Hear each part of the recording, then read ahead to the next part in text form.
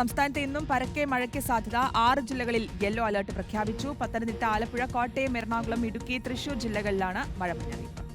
നാളെ 9 ജില്ലകൾക്കും yellow alert നൽകിയിട്ടുണ്ട്. അപ്പോൾ അടുത്ത 4 ദിവസം കൂടി മഴ തുടരുമെന്നുള്ളതാണ് മുന്നറിയിപ്പ്. സുനിഷ അയ്യല്ലൂർ വിവരങ്ങൾ നൽകും. സുനിഷ, അപ്പോൾ ഇന്നും വരും ദിവസങ്ങളിലും എല്ലാം കനത്ത മഴ പ്രതീക്ഷിക്കണം അല്ലേ?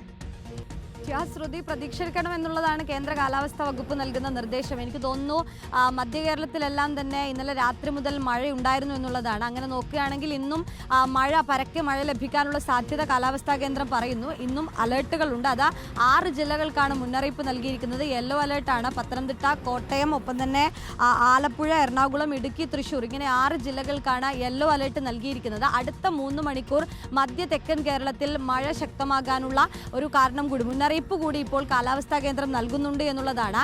ഈ കാലവർഷം അത് തെക്ക് പടിഞ്ഞാറൻ കാലവർഷം പടിഞ്ഞാറ് അറബിക്കടലിന് മുകളിലെല്ലാം വ്യാപിച്ചു കഴിഞ്ഞു എന്നുള്ളതാണ് കാലാവസ്ഥാ കേന്ദ്രം നൽകുന്ന മുന്നറിയിപ്പ്. അതുകൊണ്ട് തന്നെ പരക്കെ മഴ അത് അടുത്ത ദിവസങ്ങളിലെല്ലാം ഉണ്ടാകുമെന്നുള്ളത് തന്നെയാണ്. നാളെ 9 ജില്ലകൾക്ക് യെല്ലോ അലർട്ട് ഉണ്ട്. അങ്ങനെ അടുത്ത 5 ദിവസം കൂടി ഇതേ രീതിയിൽ മഴ തുടരുമെന്നുള്ളതാണ്. ഒപ്പം തന്നെ ശക്തമായ കാറ്റ്, ഇടിമിന്നലോട് കൂടിയ മഴയ്ക്കുള്ള സാധ്യതയാണ്. ശക്തമായ കാറ്റ് 50 കിലോമീറ്റർ 60 കിലോമീറ്റർ വേഗതയിൽ കാറ്റിനുള്ള സാധ്യത കൂടി കാലാവസ്ഥാ കേന്ദ്രം പറയുന്നു. അതുകൊണ്ട് മലയോര തീരദേശ മേഖലകളിലെല്ലാം തന്നെ അതീവ ജാഗ്രതാ നിർദ്ദേശം കൂടി നൽകിയിട്ടുണ്ട്. ഒപ്പം തന്നെ കേരള, കർണാടക, ലക്ഷദ്വീപ് തീരങ്ങളിൽ മത്സ്യബന്ധനത്തിന് വിലക്ക് തുടരും. ഇന്നു മുതലാണ് വിലക്ക് നൽകിയിരിക്കുന്നത്. അങ്ങനെ 27 വരെ കടലിൽ പോകാൻ പാടില്ല എന്നൊരു നിർദ്ദേശം കൂടി കാലാവസ്ഥാ കേന്ദ്രം നൽകുന്നുണ്ട്. ഏതായാലും മഴ ഇന്നും പരക്കെ ഉണ്ടാകുമെന്നുള്ളതാണ്. ഇപ്പോൾ തിരുവനന്തപുരത്ത് മഴ തുടങ്ങിക്കഴിഞ്ഞു. അങ്ങനെ തെക്കൻ കേരളത്തിലും മധ്യ കേരളത്തിലും ഇന്ന് മഴ കനക്കും. ഒപ്പം തന്നെ നാളെ വടക്കൻ കേരളത്തിലും കനത്ത മഴയ്ക്കുള്ള സാധ്യത കാലാവസ്ഥാ കേന്ദ്രം പ്രവചിക്കുന്നുണ്ട്.